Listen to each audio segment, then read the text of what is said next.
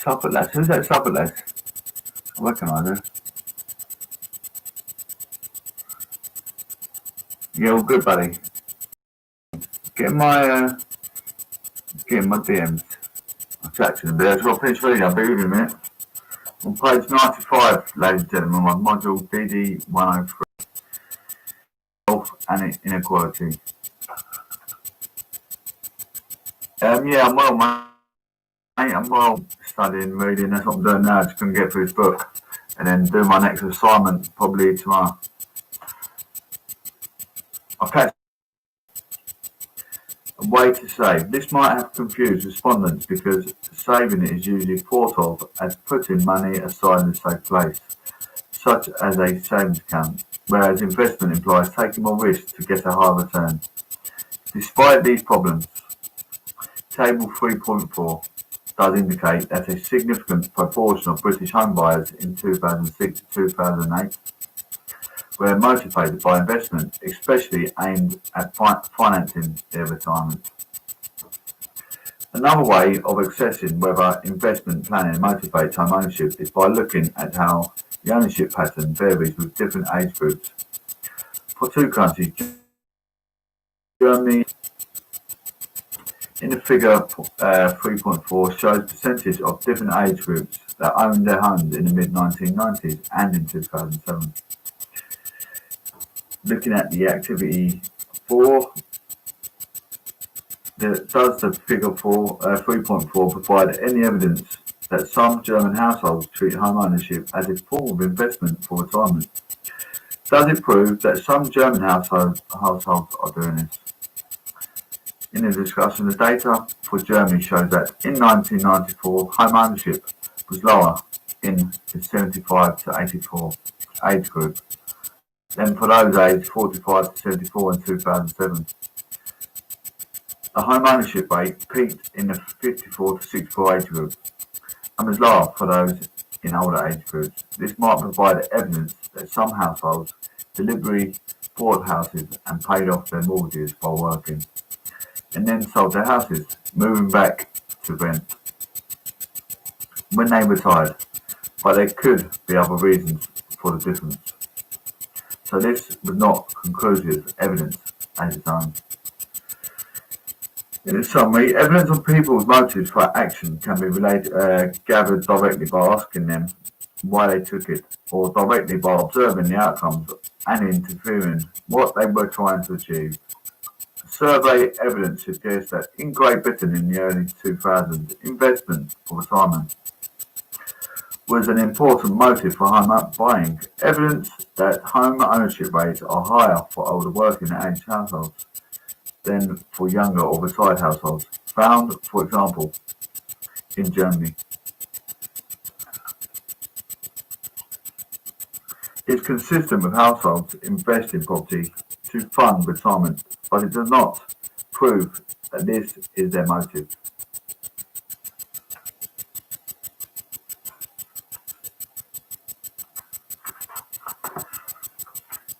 Page 96. Chapter 3, Home Ownership, Investment, Wealth and Equality. Housing and the distribution of wealth. When house prices are rising compared with other prices, homeowners can enjoy capital gains that make them wealthier. The potential wealth gains from home ownership were explained in section 2.21 using a simplified example. But what evidence is there that the increase in home ownership has made the distribution of wealth more equal or unequal? Table 3.5 summarises the distribution of wealth in Great Britain and gives some indication of how this changed during the period of 2005. Housing wealth is what owners could obtain from selling their property, minus any loans secured against it, or their equity in the property, as defined in section 2.2.1. Financial wealth is the balance between financial assets, shares and bonds, and financial liabilities or debts, except those such as home mortgages, that were included in the calculation of housing wealth. Table 3.5 shows how wealth was distributed in the 20 years and 2005, it does so by dividing the sample population representative of Great Britain as a whole into percentiles, as each representing 1% of the population, for example. If someone in the 90th percentile, 10% of the population are above them in the distribution with more wealth, and 90% are below them with 90th percentile. Some in the 25th percentile in the wealthier than the lowest 25%, but less wealthier than the top 75%. Someone in the 50th percentile has more wealth than half the population and less wealth than the other half. As it is the right in the middle of the distribution, the 50th percentile is more usually called the median. Activity 9. Is there evidence in table 3.5 that housing wealth is more equally distributed than financial wealth? Is there evidence that the rise in house price between 2000 and 2005 made wealth distribution more equal? What is the difference? The answer to A is the evidence, the evidence in table 3.5 that housing wealth is more equally distributed than financial wealth. One way to assess the inequality of wealth distribution is to look at the gap between upper and lower percentiles, such as the 90th and the 10th, or the 75th and the 25th. Table 3.5 shows that in both years, housing wealth was more unequally spread to financial wealth, mainly because the wealthiest people own much more in houses than in financial assets. However, the least well-off 25% of the population in both years had negative financial wealth, with more debts than assets. This was worse than their housing wealth situation, which is merely zero because they didn't own any property or have any mortgages secured against it. Both types of wealth, and therefore total wealth, were very unequally distributed, with a concentration of large fortunes at the higher end, above the 90th percentile, and in large debts with no assets at the lower end, below the 10th percentile. This can be seen from the mean, which is in total amount of wealth divided by the total population. When, as here, the mean is a long way above the median, it indicates in the upper percentiles a very large amount of wealth. This concentration of wealth at the top is consistent with the finding from the Wealth and the Assets Survey, WAS, reported in table 3.3. This British household panel survey, the source of data in table 3.5, shows lower mean and median wealth than the was, mainly because it refers to earlier years and defines wealth more narrowly. Page 98. Between 2000 and 2005, a period when house prices rose, people with housing wealth enjoyed a large increase. People with financial wealth also saw it rise substantially in real terms, but the proportional increase was not as great. This is consistent with the capital gains from leveraged house purchase that was suggested by the simplified example of families A and B in section 2.21. However, during this time, the situation for people with no housing wealth in the lowest 25% percentiles get even worse. They did not acquire any property and moved further into overall debt. This supports a widely held finding from studies of wealth in OECD countries that home ownership has benefited middle-income households who can afford it, with the help of mortgages, but thereby widen their differential over lower-income households who cannot. The growth of a true patrimonial or propertied middle class was the principal structural transformation of the distribution of wealth in the developed countries in the 20th century. Housing and financial wealth are very unequally distributed House purchase has contributed to narrowing the wealth gap between middle income and high income households. House price rise have widened the wealth gap between households with property and those without. Page 99. Problems arising from housing investment. After rising for most of the 20th century, the proportion of home owners declined in some OECD countries early in the 21st. In England and Wales, it reached a peak of 79% in 2001, ONS 2013. One interference from this is that some people who previously owned their homes were forced to return to renting. But this is not actually shown by this data. The ONS explained its findings as follows. Over the decade to 2011, the number of owner-occupied households in England and Wales remained more or less unchanged at about 15 million. While the number of households increased, this means that the overall proportion of owner-occupied households fell by 5 percentage points to stand at 64%. The number of households who were renting went up to 1.6 million to 8.3 million. In practice, there was little change in the absolute number of home owners in the period of 2002 to 2011. Instead, the number of households increased, partially because the population rose due to the migration and natural increase, and notably through more people, young and old, living in their home. Most of these new households moved into rented accommodation, reducing the proportion of households who are owner-occupied. Social problems. Generation rent. But the early 2000s, the sustained rise in house prices was making it increasingly difficult for new, young households to buy their own home. Although UK house prices dropped substantially in the period of 2007-2008, as shown in figures 3.2 and 3.3, they subsequently rose again. Mortgages for the first time buyers became more difficult to obtain, partly because applicants were typically asked for larger down payments, deposits, even though their incomes were not increased in the real terms. This led to concern that younger people, even with their own children, would find it harder to climb onto the housing ladder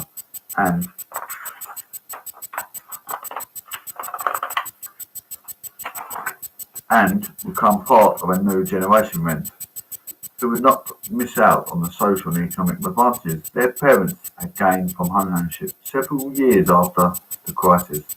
Evidence still suggested the lack of affordable housing was forced new households to continue renting a stage in life when their parents' generation had expected to buy. 2011 census found that of adults aged 20 to 34, 24% in England and 28% in Wales were still living with their parents. Most cited lack of affordable housing as the main reason, despite 75% of them being paid work. Jessup and Humphrey, 2014, found that in 2011, 35% of 20 to 45-year-olds saw themselves as having no real prospect of buying a home in the next 5 years, mostly because of the unaffordability. By 2014, that figure had risen to 36%. The average tenant in England in 2012-2013 spent 40% of their income on rent. In comparison, the average homeowner spent 20% on their income on their mortgage. This inequality prevented many tenants from saving up the deposit. They indeed, before buying a house, as a consequence of the proportion of adults under 35 in England, where mortgage declined 21% in 2008-2009 to 18% in 2012-13. While the proportion of 25-34-year-olds renting privately rose from 31% in 2008-2009 to 45% in 2012-13. Throughout the period of sustained house prices rise from 1997 to 2007, government policies aimed to make housing more affordable by relaxing planning constraints on house builders to encourage new supply and prompting ownership by helping buyers make down payments and raise loans. But at the same time, governments had a strong interest in continued house price increases, which made housing less affordable for buying and renting because the majority of adults were owner-occupiers. Rising housing prices were important for promoting expenditure and economic growth, and for maintaining electoral popularity. Owner-occupiers' interest in capital appreciation clashed with new households' interests in affordable rent and staff properties, making it difficult for public policy to satisfy the needs of both groups. Economic problems. 2008 crisis. Public austerity. A sharp correction in house prices across Europe and the United States, evident by 2008, was part of the global financial crisis that pushed many economies into deep recession, followed by several years of slow growth and falling real incomes. 5.2.1. We're having this, absolute, having this crisis now, aren't we? Exactly the same.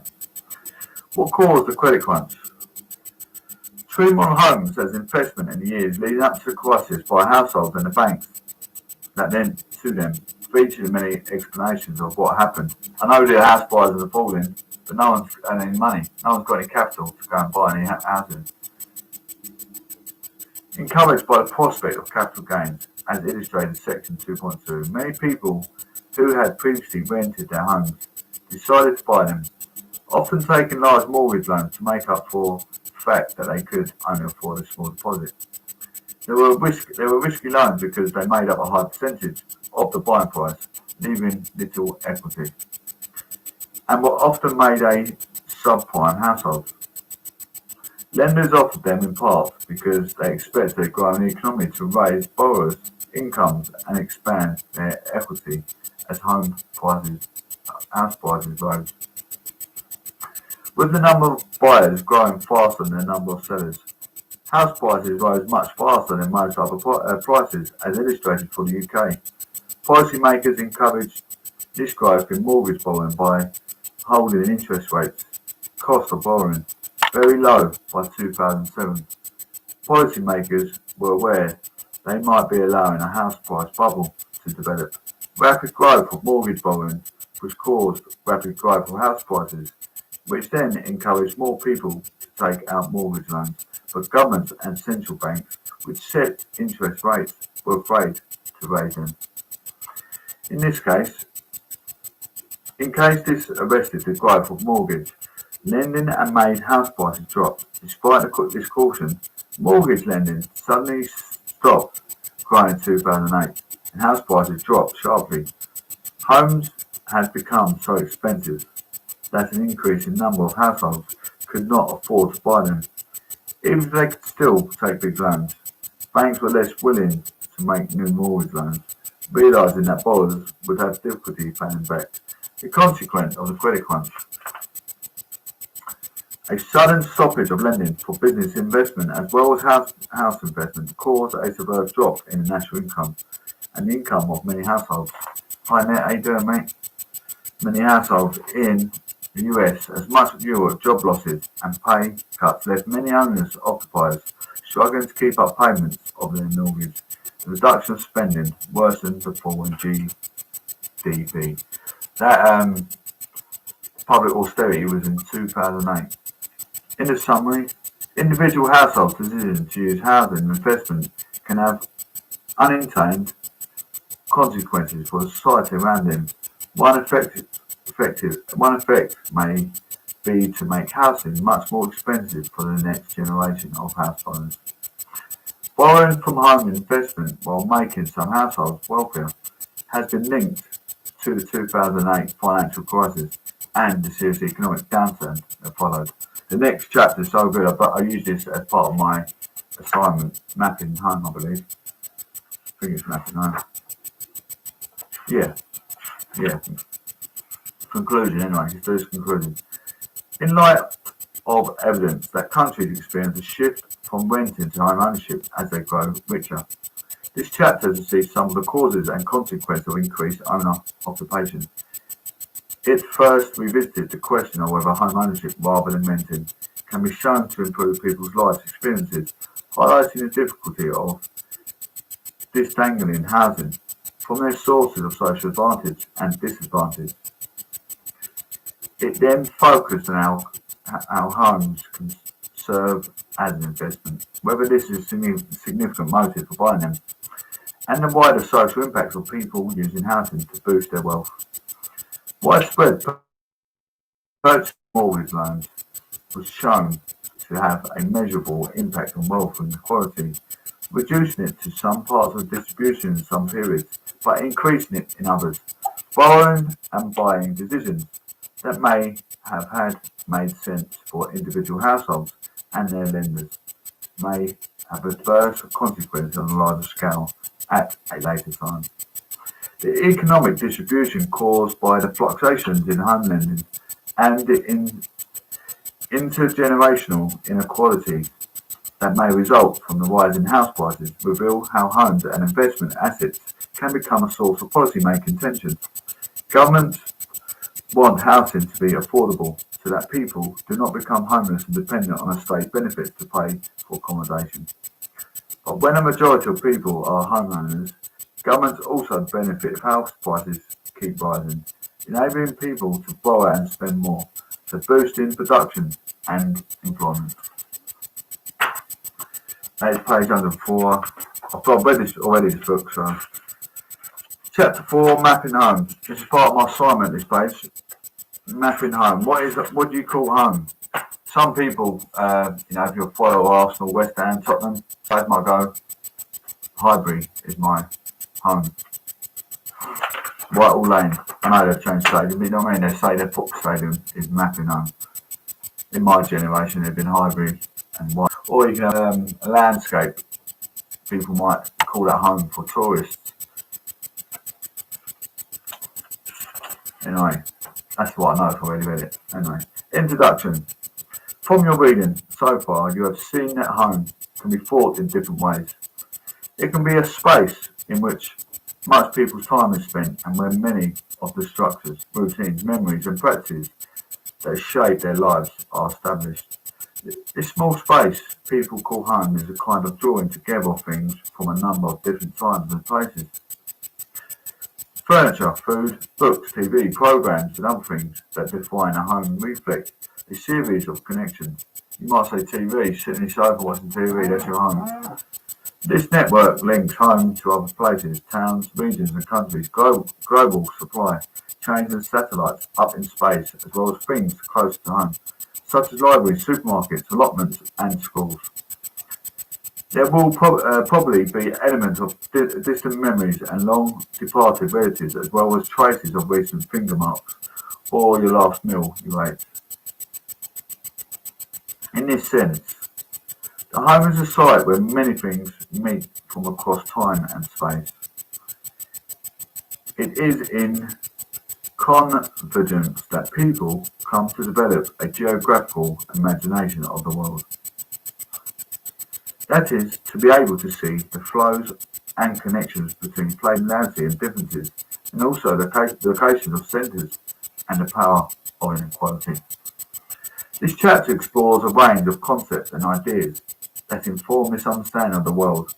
Recognising the essential importance of space and place is how people and their environment are interconnected. Using the geographical imagination to think about home, the everyday, the nearby and faraway places as well. This chapter draws on one of the favourite tools of the geographer, the map. Map enables us to think about what is meant by space and place and how they are related. Their connection to the making of home and how they provide its sense of meaning. The chapter aims to consider ideas about power and may lead to rethinking of what mapping of space represents. This is set within a context of globalisation, that is, a world of increased connection and movements across space. Following on from this, the chapter considers home inequality and asks why some homes are poorer than others, drawing connections between how power and historical and social influence coverage on different homes in different ways. The movement of people between homes within countries and internationally, often driven by inequality, has led to new thinking about the home as a concept that is not always fixed and stable. A migrant may belong to more than one home, for example, intention. With this idea of home as something fluid is the idea that it is the centre of identity and belonging.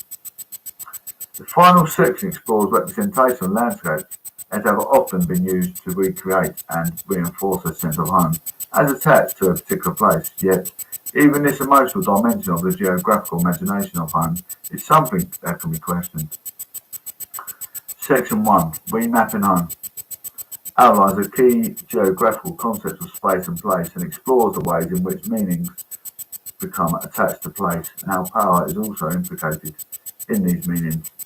The example of map making is used to illustrate the relationship between power and place. Section 2. Geography of inequality begins to consider the theme of inequality in more detail and how historical legacies of colonialism and the continuing influence of globalisation create inequalities across the globe and between homes. Section 3. Geographies of mobility considers the role of migration and the mobility of people in changing the idea of home, and how despite this, there is still an enduring sense that home provides an important sense of attachment and belonging. Section 4. Seeing home highlights how this sense of belonging and attachment is also central to the use of landscape in symbolising the sense of home, and how a broader sense of homeland has become a significant and powerful way in which a sense of home has been linked into nations. Remapping home. Using a geographical imagination, space and place are two key concepts that enable us to think about what we mean by home. The idea of place is often closely associated with feelings of belonging and attachment as expressed in phrases such as sense and place, or feeling in one's place, then it is not simply a specific location within a large space, a village within a country, for example, but rather something that combines our sense of self, our day-to-day activities, and the spaces in which these things are played out. People imagine that other people in their own town, for example, are likely to share similar practices, getting up in the morning, going to school for work, maybe going to the pub or restaurant in the evening, shopping and sport at the weekend. It is the repetition of these everyday practices and the relationship between the people involved that constructs a particular place that feels familiar. One where memories are located, a central place is therefore specific to a particular context and point in time. People invest different meanings in particular places, that is, they have an understanding of what a place should be used for, by whom and what time of day. A religious service would not generally be conducted in a pub, for example. Although some people may disagree, therefore there is or can be a contestation of place, as the different users may argue about what a particular place can be used for and by whom. The strength of these arguments stems from a sense of attachment to places, from the local to the national scale. Conflicts which began to Ukraine 2004 debates on independence, such as in the regions of the United Kingdom, reflect how divisive these arguments about belonging and place can be. Space may seem like an overarching category within which places we found about. While entwined, the two are different entities. A place without people and practice, memories attached, just space. Some social scientists suggest that process of globalisation in the 1980s, discussed over the following sections, began to drive a separation of space and place to such an extent that the world was becoming placeless, as people and things could now be unattached and move globally. The increase in ties between countries, the suspending of states by multinational companies, and the speed of transport and telecommunications led researchers such as Emily to argue that the possibility of space being infested with human meaning, such that it could be interpreted as place, has evaporated. However, more recent research has argued that, in fact, Place has not disappeared. Nationalism, for example, as a feeling of attachment to place, seems as important as ever in the 21st century, as you'll read about in the next chapter. Massey, 2005, argues that the ideas about what place means in contemporary life needs to be rethought from a place as something settled, enclosed and coherent to a place as a meeting point or an intersection of activity, both local and global. The relationship between local and global may seem complicated and indistinct, but the numerous complex interconnections of globalization still links places together. Massey's ideas will be explored later in the chapter, using examples of home.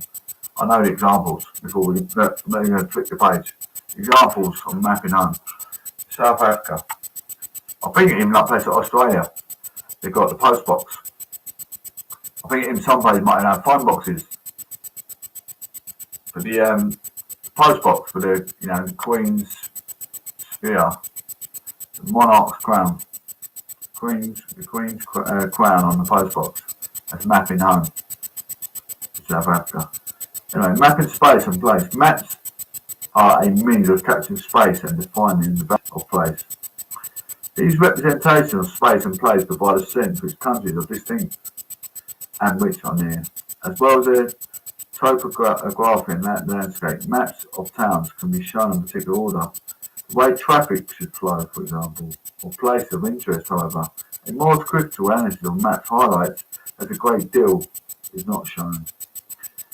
The territorial map, such as Figure 4.1, does not show the interconnection between countries. It does show that the borders of Europe have shifted and changed over time. Take into account nomadic movement across the land, such as the undertaken by the Sami or Roma. It does not show how people feel about the country they live in or the connections they may have with other countries. By 1996 has argued that, in fact, maps represent much more than territory or topography. Their construction is underpinned by the cartographers or planners' particular ways of seeing the world, which are influenced by the dominant culture. Therefore, power is embedded in maps. The power to ignore some places of interest while highlighting others. To claim land as belonging to one country or make some communities or people invisible. The understanding of world power in map making and of the distortions created by depicting a three-dimensional world of a two-dimensional map led new representations such as Peter's map.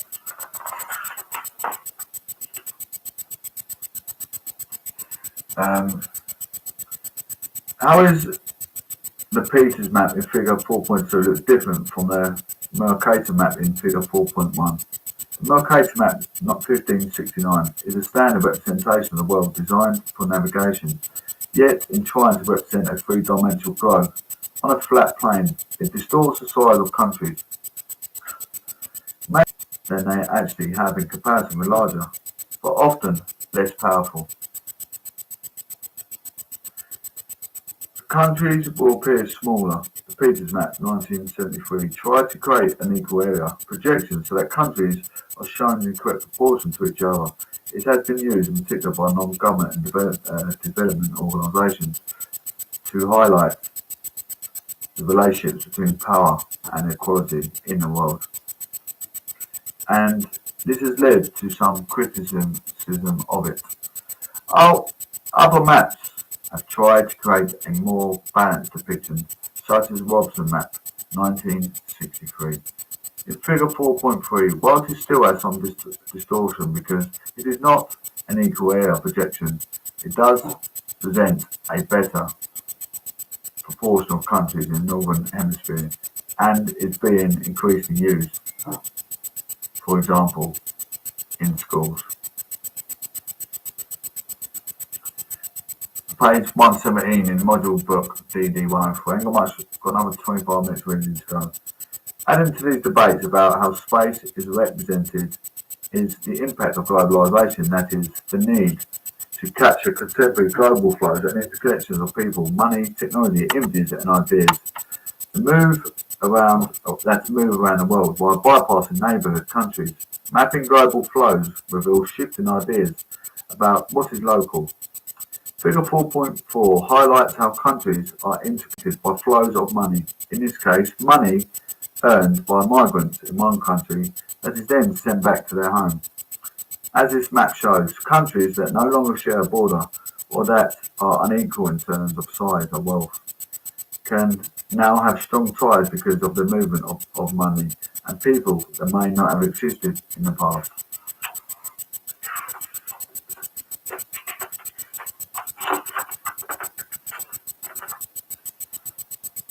Page 118, Mapping Home. Where money goes, the map shows where some of the 500 billion of the remittance money sent home by migrants across the world 2011 went. India, 63 billion. I won't go for all. Anyway, the role of power in shaping place, the work of Descartes and Massey. Even with these new ideas about what it is possible to map, there are some limitations. For example, going back to earlier discussions of place, thinking of home as where one feels oneself in one's place. How can this capture the process that creates and maintains a sense of home in the midst of global flows and interconnections? More specifically, there is need to understand the social struggles and regulations through which personal sense of home, place is realised. Just as with the creation of maps, to understand how sense of home is created involves thinking about the role of power in shaping and defining that place. Two influential social science thinkers who have focused on these questions are Descartes. Descartes was interested in a wider space of home and belonging, the city, and how the everyday practice of residents could disrupt local authorities or the planning. His work is useful to consider here because it draws attention to the way in which a particular place can be understood in different ways. This understanding is subject to power struggles and, to this end, place can remain unsettled and contested, an idea that is also present a challenge to the process of mapping. In this famous essay, Walking in the City, Descartes, 1984, he draws a comparison between the way in which cities are mapped out by planners in a legible and ordered manner, like the map makers noted earlier, and the way people living in the same cities experience and shape them, challenging the idealized view of the planner. Descartes begins by drawing attention to the solar eye of the planner that allows them to look down on a city like a god. Descartes, 1984, page 92. He conveys his sense of power by opening the essay with a description of a view from the top of the former World Trade Center in Manhattan, New York.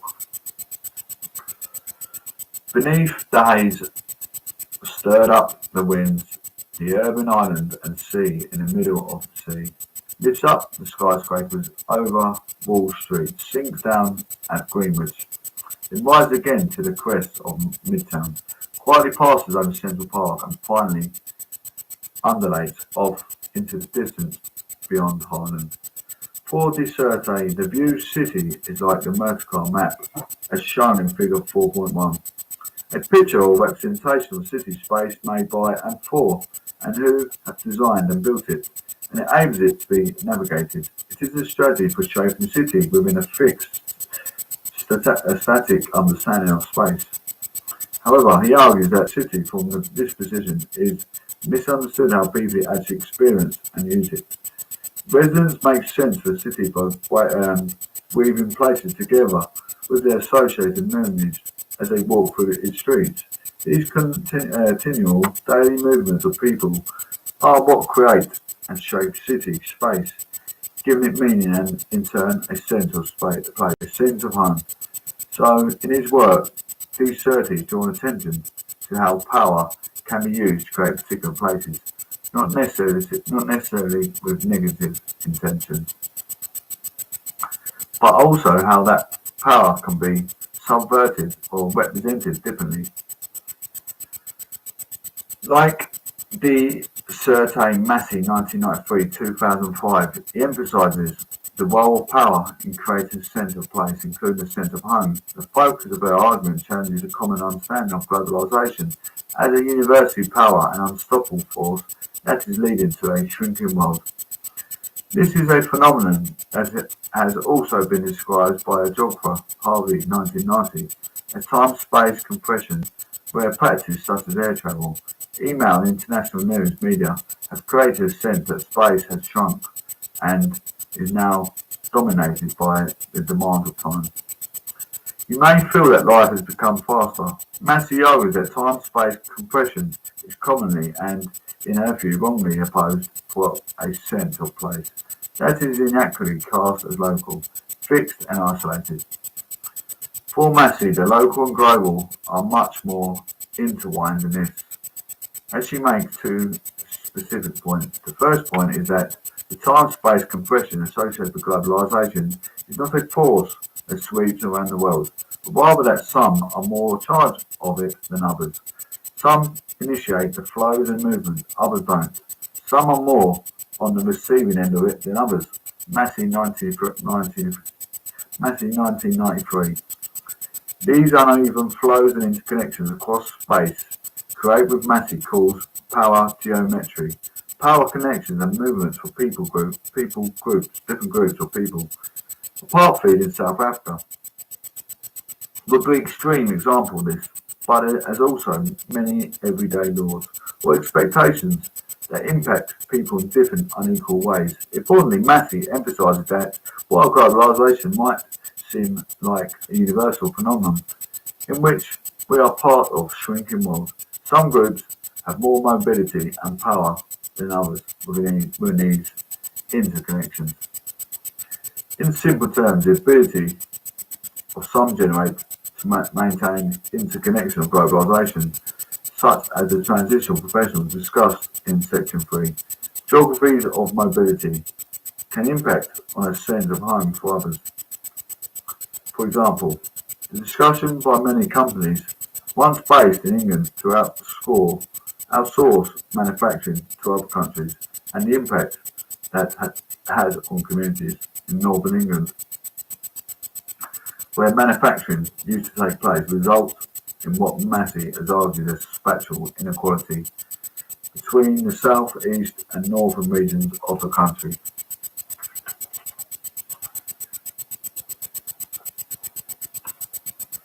Page 122, mapping home. The second point Massey makes, however, is that a localised, centralised understanding of place is also problematic. What gives home its specific character is not an isolated history, but its particular relationship to other places and times. Massey 93, a home in relationship to other places and times. Massey 1993, a home in Manchester may be characterised as British by its occupants, but it will bear the traces of connections to a colonial past and globalised present, in the sense that Massey also observes a common thread between space and time, in a way that space, like time, should be understood as a process that is continually changing and unfolding. This idea is explored further in section 4 on landscape. For your understanding of De Surte and Massey, how is power implicated in formation of particular places, for example? Think of a place in your neighbourhood, perhaps a public space, such as a park or town square, or buildings such as a library, or a business park premises. How is power embedded in that space, in the architecture, in laws governing its use? In who feels they can access it, and how do people contest that are out of that space? In the discussion, using a town square as an example, often the architecture is designed to suggest that it is a place of authority. They may be the status or memories of important people or events that connect it to the past. The architecture can be monumental, that is, rather grand in size and design. There may be bans on particular activities such as no noble games or no drinking. Such laws are designed to ensure that the space is only used in particular ways, for example, deterring young people from playing their allowance to space to represent a particular order. Both people can these spaces by demonstrating it in front of the town hall or using it in ways that were not intended, such as skateboarding, for example. This kind of geographical analysis of power highlights the level and types of inequality between people. A town square can demonstrate inequalities between those who have access to the power and those who do not.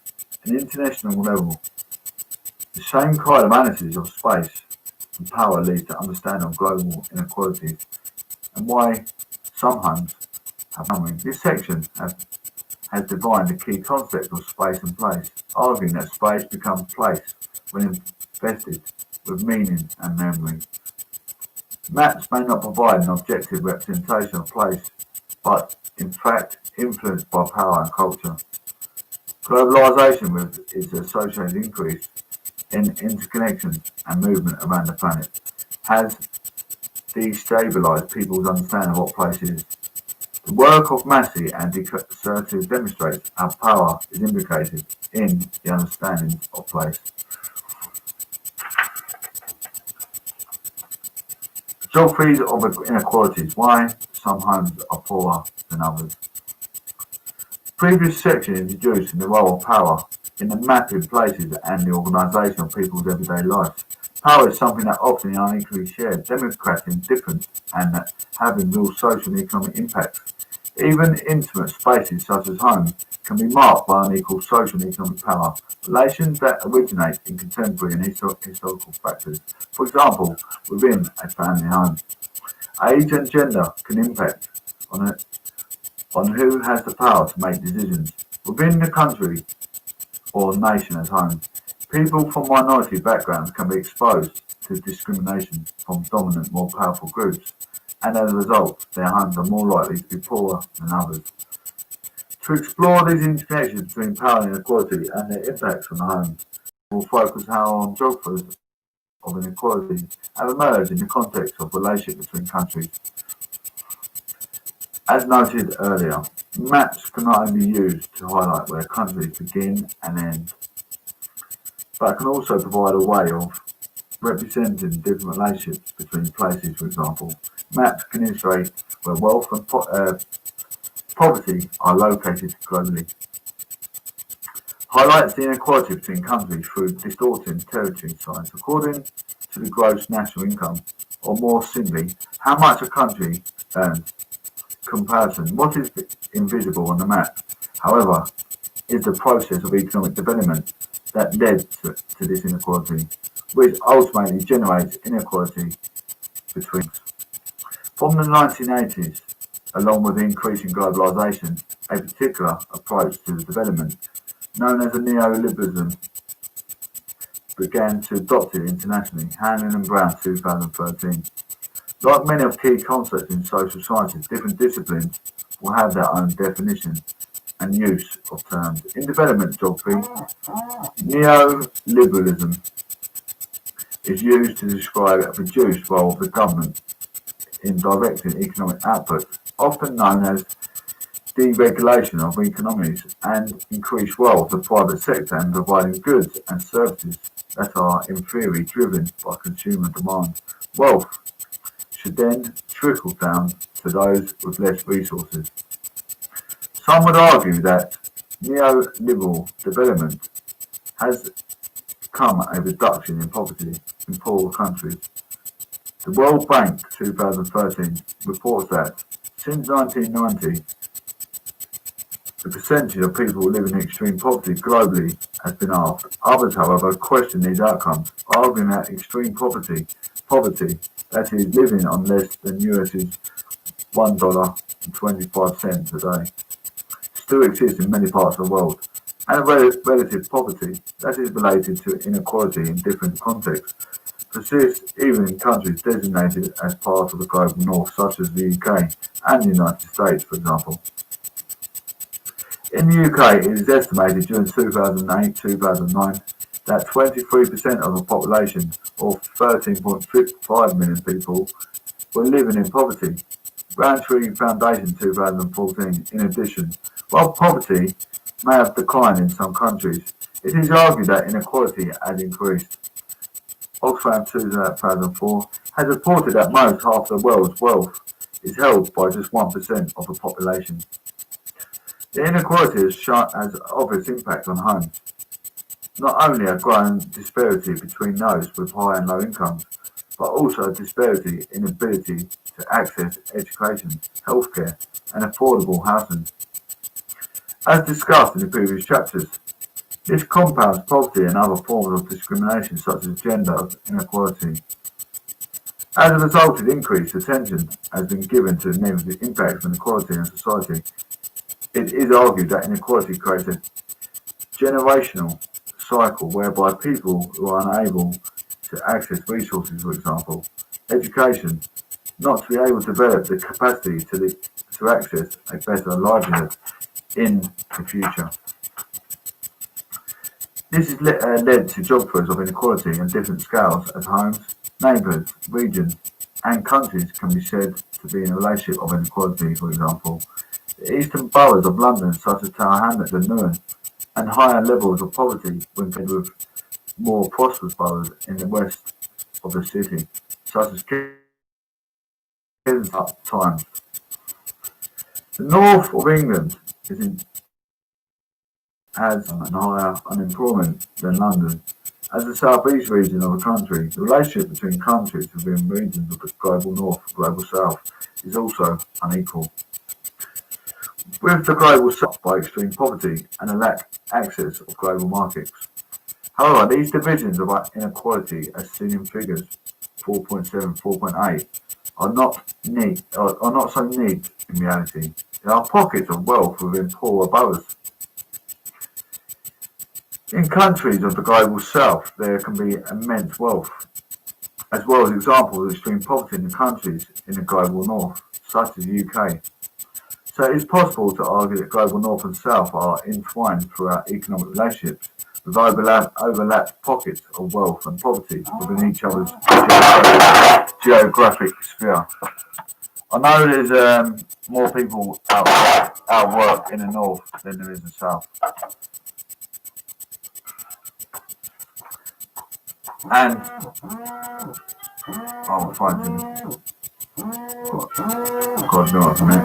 As an example of massive poverty, geometry, one argument is that global economy is dominated by the neoliberal development approach because it favours particularly groups that drive its continuation.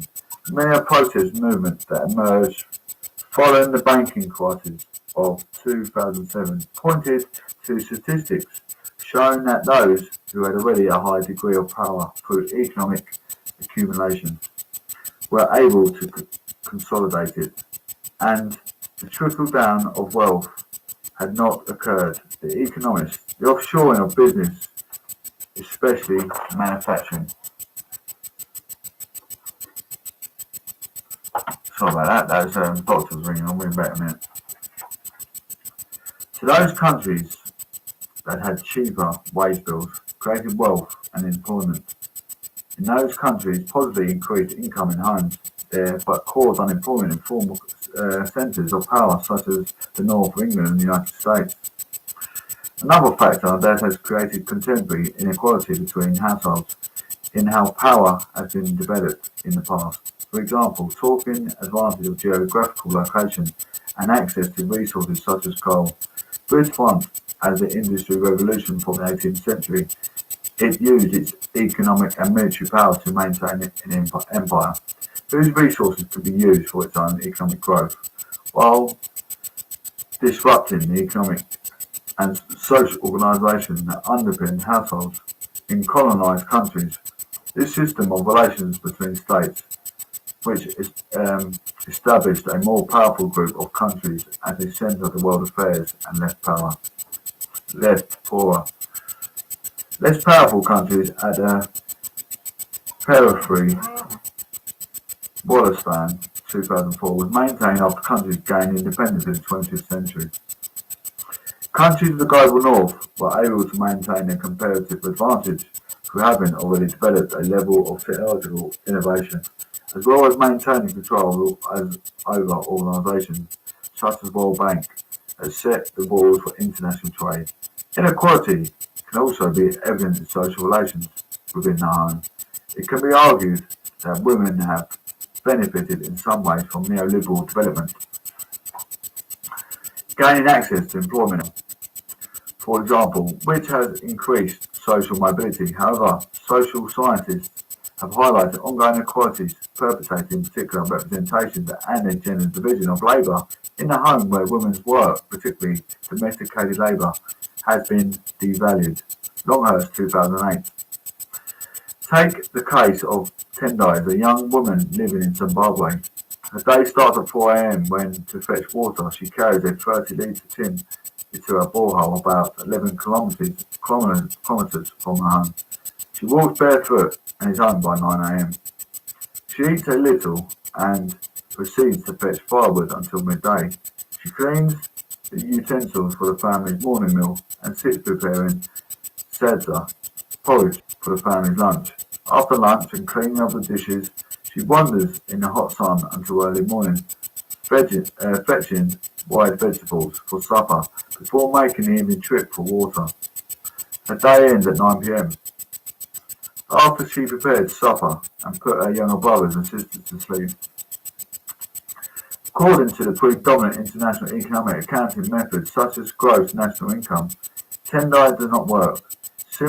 Similarly, women in industrialised countries have argued that their own domestic labour needs to be taken into account to address inequality. This section has highlighted how unequal relationships in the international system have led inequality between homes. Do you think that wealthy countries have an obligation to reduce inequality both locally and globally?